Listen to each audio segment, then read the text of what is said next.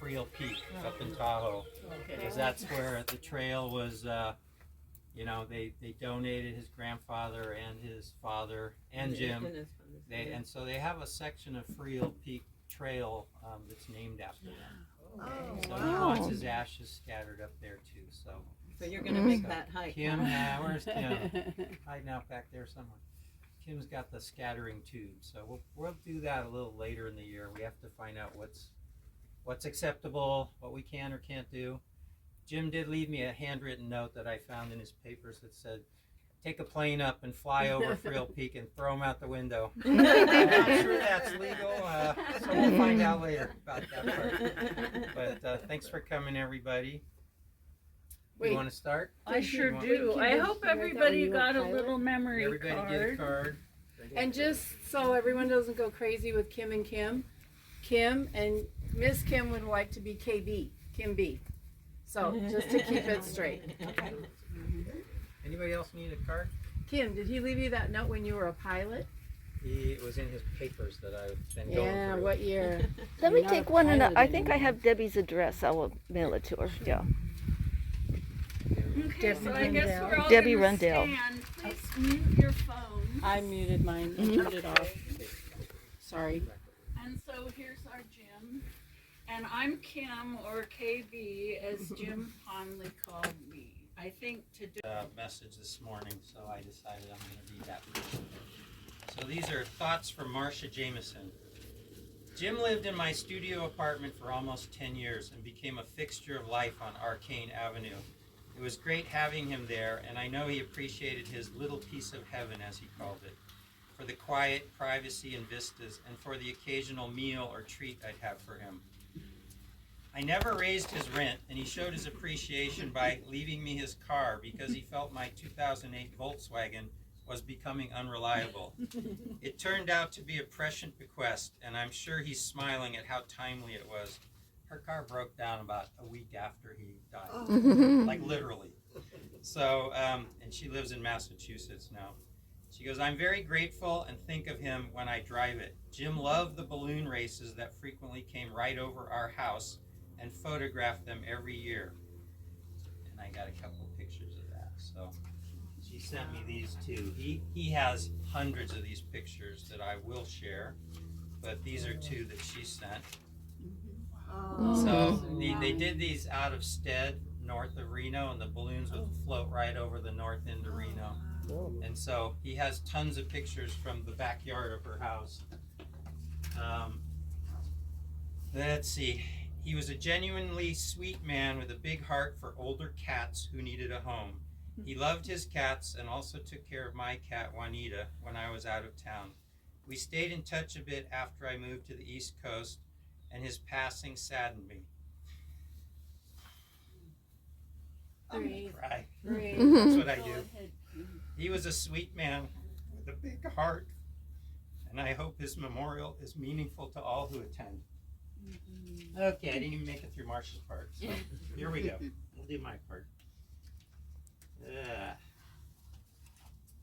Mine's a little longer. So basically, I wanted to say we've come here today to pay our respects to Jim. Some of you have known him a lifetime, and some of you met him along the way.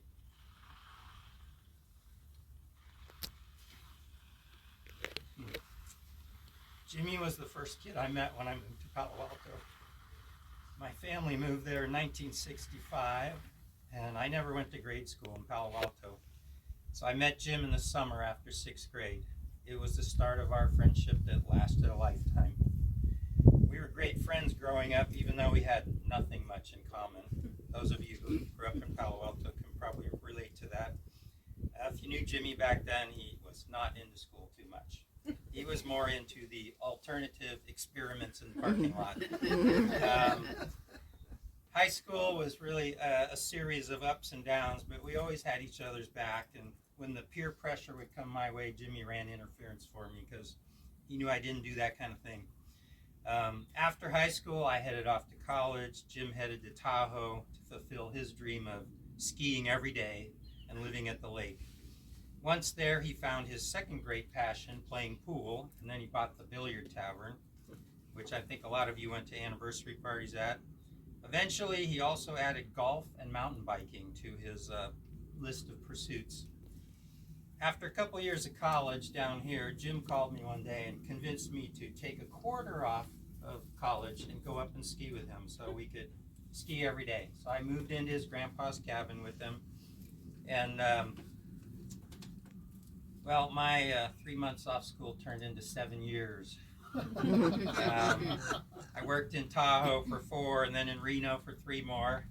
And those are the years we spent the most time together.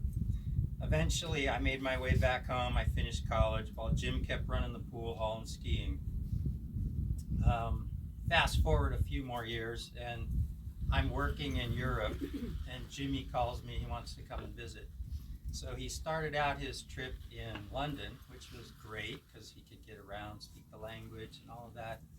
And then he was taking a train to Paris, and he was getting there pretty late at night, didn't know his way around, so I went to get him.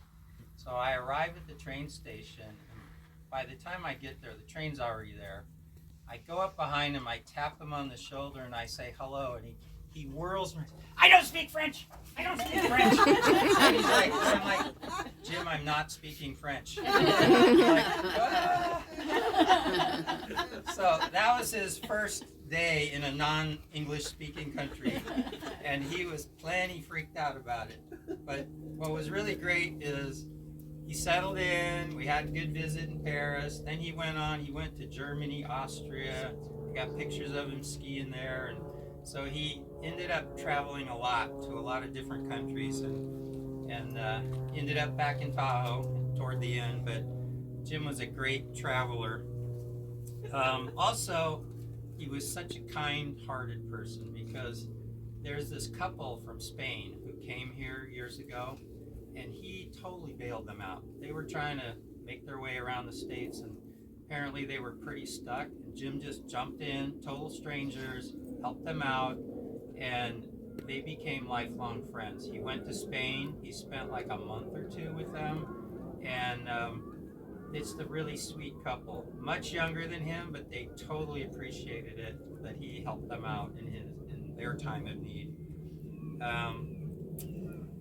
So basically, what else do I want to say here? Oh yeah, one more little story. Fast forward to 2017.